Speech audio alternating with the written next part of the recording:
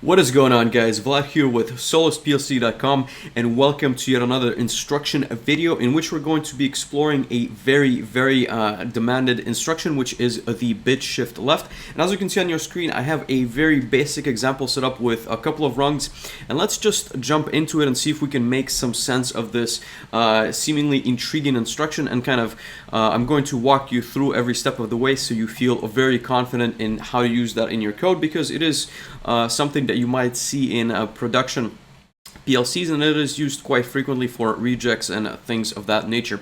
So let's look at the first rung, in which I only have an XIC as well as an OTE instruction. Now this becomes really important because essentially this bit shift left requires what's called a bit address, and that's essentially an input which will be shifted into this register at the point of entry. Now what I'm talking about will make sense in just a second, but let's look at the rung number 0001, in which I have an XIC as well as this bit shift left instruction, or more commonly known as the BSL. So the first thing that you need to notice is that we have a file which is listed as B390. Therefore, this is going to be right here in our register. In case you don't know how to open this, just double click this binary, and you should be able to scroll down all the way to that register. So let's go back to that 90. So that's where we're located. Because I'm specifying 90, essentially it's going to be at this 0 entry point, and that's very important because that's essentially the file that we're specifying for this particular instruction. The next one is going to be control. So this is not something that we've seen very frequently. Control is not something used in many different cases. It's used for PIDs, it's used for BSLs, and a couple of other instructions, but essentially they are predetermined structures for your PLCs.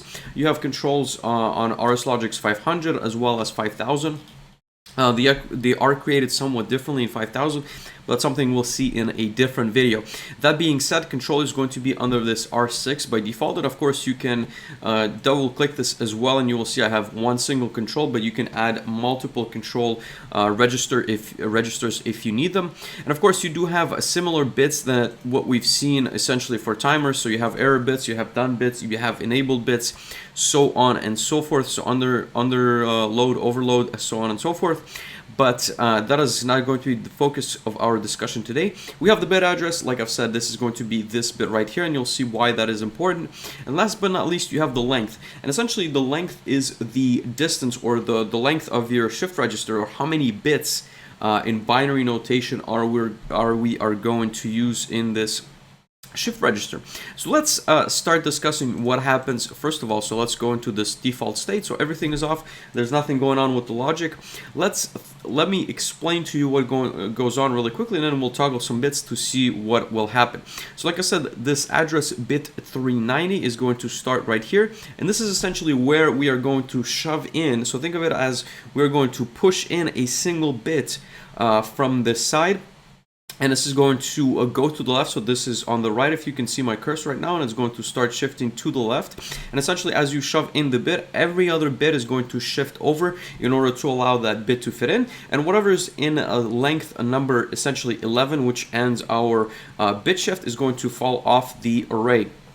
That being said, the bit that we're shifting in is this B302, which currently is at 0, so we wouldn't see necessarily anything because all of our bits right now are 0. Therefore, let's really quickly right click and toggle this bit.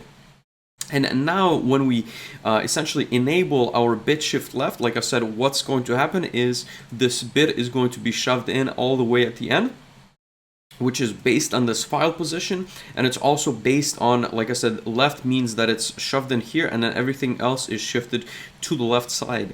Once we untoggle this bit, once again, if we retoggle and essentially re-enable this bit shift left instruction, as you can see, the bit, another bit which is going to be based on this, once again, binary number, is going to be shoved in here, and then it shifts that previous one all the way through. And just to show you an example of where we shove in, so you can essentially fit in a 0 or a 1. So now if we go back to this untoggled stage and toggle it again, as you can see, we've shifted in a 0 because this binary 302 is essentially 0. Therefore, we're putting in another 0 into our shift register. And so this continues on until we reach 10 bits. So I will just toggle this back and forth. And of course, like I've said, you have the option, depending on this particular bit, you can either get in, sorry, I need to toggle this, you can either get in a 0 or a 1 into your shift register, and this progresses as such. And let's see here, we should be getting relatively close to our bit finale. So let's see here, so this is bit number 9, toggle bit. And I believe this should be the last toggle. Let's see here. So actually, this is something which happens relatively frequently because we have an integer, or essentially we have a binary section or an integer of B390. Therefore, even though the length here is specified as 10, it still shuffles the bits around until the register is essentially overflown. So let's see here. Toggle this. And as you can see, this 1 essentially falls off this this bit register, and there's absolutely nothing which happens afterwards. So of course we can toggle this back to our 0, and we can keep on toggling this, and our register, which is B390, is going to keep shifting to the left every single time that we toggle this instruction on and off. Now this is something that is very frequently used in applications such as, you know, let's say you have a bottle, a lot of bottles coming down a conveyor, and you're doing an inspection on every single bottle. So for example, it's the level of fill that is happening, and if you don't get this a certain level of fill, you need to transport this bottle down the line, and then you need to push out the bottle at a certain time. So bit shift registers essentially allow you to create a very precise way of tracking down your products. So another example that I've seen is when you detect a certain, once again, it could be a certain defect, but it detects it in one machine, but the reject is happening in a different machine. So you can count essentially how many products off. And as an example, you know, you started off this bit register at B390, but your reject is actually down at B39011. So here, of course, what you can do is you can create a certain very straightforward rung of logic, and for example this B39014, so let's just illustrate that really quickly. Let's throw in an XIC. I don't know why it's not letting me. There we go. Let's create an XIC, and I just want to actually paste that in. Copy, paste that in. Okay, there we go. B3014. And you can use, of course, any individual bit of that shift register the way you would want. So let's see, this is going to be B30, for example, 3. So this is going to be, for example, reject product. So at our station, which is going to be located, you know, 14 products down the line, we are going to reject the product if there is a 1 and accept the product if there's a 0. So there's very frequently logic written like so. This is just a very basic form. Of course, you'd want to track maybe what kind of product you're rejecting, how many projects you get, how many rejects you get, so on and so forth. But let's go back into this and let's toggle it just a little bit. Toggle.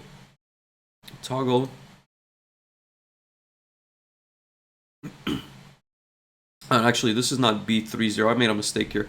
I apologize. That is actually going to be B390/14, not B30/14. Let's correct that really quickly. There we go. I was wondering why it was not rejected, but essentially we do get ones. So let's just clear, for example, this bit here and clear this bit.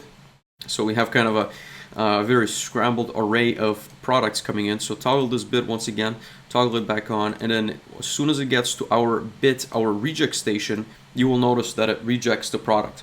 And essentially, it's a very, very convenient way to track things. It's, you know, it replaces things like timers. People in the past had, you know, a bottle coming, there's essentially 5 bottles, and you try and time very precisely on where you need to push that reject. You do get into a lot of trouble, and especially if you have a machine that's starting and stopping, because timers are not extremely reliable. In this case, it is very, very robust, and it will count, you know, your products like clockwork. So it's absolutely the best way to do things like rejects, to things like labeling. If you have, you know, different machines working with different kinds of products at the same time, it's a very easy way to kind of merge things together and then remerge them based on the product. But let's look at a slightly more, I guess, interesting example in which we're going to just create a simple timer and toggle our essentially BSL based on that. So what I'm going to create here is an XIC. I'm just going to copy this over, Control C, Control V. This is going to be timer. Let's see here. We're going to use the first timer that we have available, T40. Time base. Let's see here. Let's try it every 1 second. That is perfectly fine for our application. And this is going to be actually Control C. That done.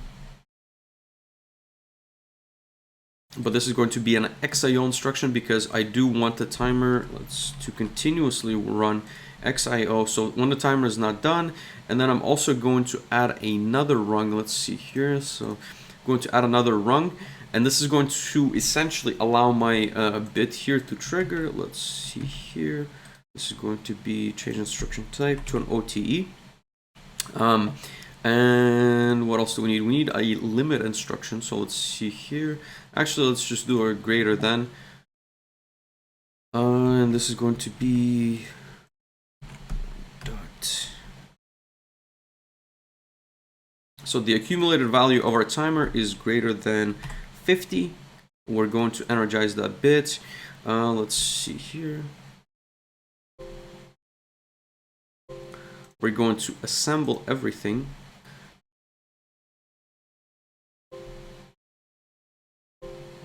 Okay, so that looks good. So as you can see, my bit shift left is essentially energizing and de-energizing based on the timer. Every half a second it's coming on and off, so that's nothing new. You've seen this before. But what you don't see right now is I want you to focus on this B390 register, and I will start toggling this bit, which essentially enables that one bit to come in all the way at the end of the register, and you will notice that the shift register is essentially doing exactly what it's supposed to. It's shoving in the value every single second into that shift register, and as you can see, I can force it on or off. And then based on that value, it's going to be put in all the way at the end. And it's essentially, like I said, it's a shift register that you would see in electronics. And that's pretty much all there is to it. Now, here's another thing where you can, for example, if you increase the length, let's try to increase that to 32 bits. And we're going to assemble that and put that in. Let's observe what happens in a second. So I'm going to toggle this on so that we can see those ones travel. But you will notice that essentially our shift register became a dual integer shift register. So here we see all these values traveling through, and it's not only staying in this B390, but it's also going into this or overflowing into this B391 shift register. And the reason why that might be useful is because, of course, you might have a lot more products than 16. So you might need the extra space. You might have a piece of equipment which is running, like I said, a checker system with a camera or vision system, or just a plain old sensor inspecting a piece of product, and then down the stream all the way at the end of the line, you're actually keeping track through a shift register where that product was that was defective or needed to be reworked, and you reject all the way at the end. And like I said, you can set this you can set this to 64. There's absolutely no problem. It looks like I don't even need to edit the rung to do that, so you can modify that on the fly. And as you can see right now, we are overflowing over actually four different registers, since we're at 64 divided by 16 equals to 4. And as you can see, we're taking up this B390, B391, B392, and B393. Now, a couple of watchouts with bit shift registers. So first of all, as you can see, all these bits are moving, so you definitely don't want to create some kind of conflicting logic which either overlaps with this or shifts perhaps in a different direction. That becomes really difficult to track. But of course, you can create if you have outputs, you have different rejects at different stations, or you want to create some kind of an output system, then you're more than welcome to do so. That's not a problem. But in any case, if you have any questions, make sure to post them down below. It is an instruction which is very commonly used, and it does bring up a few questions that people have very frequently. So make sure to let me know, and I will answer them as quickly as I can. Thank you guys so much for watching my content. If you have any questions on this topic, make sure to leave them in the comment section below. And if you can spend 5 seconds of your time liking as well as sharing that video if you've enjoyed it, that would mean absolutely the world to me. And if you have any suggestions for the channel, what kind of hardware, software I should be covering, then make sure to leave that down there as well. See you next time. Take care. Bye.